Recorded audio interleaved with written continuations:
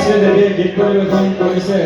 এই চেগতে আমি কাহিনীকুছি মনসা পূজা পৰিচালনা সমিতিৰ তৰফৰ পৰা এখনি ফুলাম গামোচাৰে মৰম যাচিব বিচাৰিছোঁ। আৰু এই মৰম যাচিব আমাৰ উদযাপন সমিতিৰ অন্যতম উদ্যোক্তা ৰাকেশ শৰ্মাই।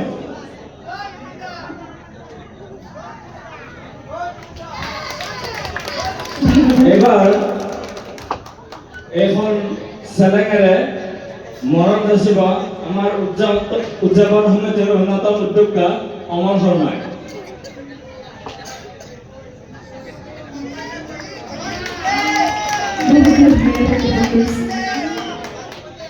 আমাৰ মাজত ইতিমধ্যে যদিও আমাৰ শিল্পীয়ে গীত পৰিৱেশন কৰিছে, সকলোতকৈ যথেষ্ট অৰিহণা যোগাইছে আমাৰ বাদ্যযন্ত্ৰীসকলে।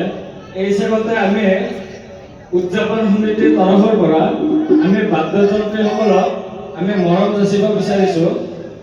প্ৰথমে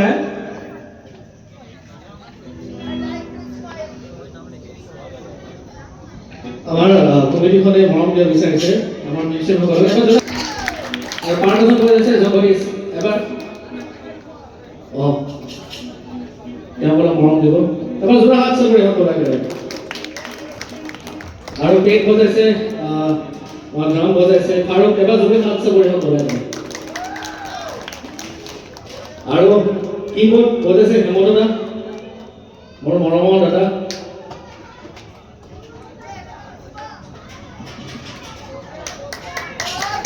আৰু লিখিতে বজাইছে মোৰ মৰমৰ দাদা বৰুৱা দা এবাৰ জোৰা হাত চবৰে হাত লাগে আৰু আমাৰ বেটেজ জোৰা বাহিৰত চাই গৈছে আহিলে লগতে আমাৰ ইয়াতে খুব গুৰুত্বপূৰ্ণ মানে এটা সাউন্ড এই বস্তুটো নহ'লে আমাৰ এই অনুষ্ঠানটো নচলে মানুহে চিনি পায়। আৰু আমি যেতিয়া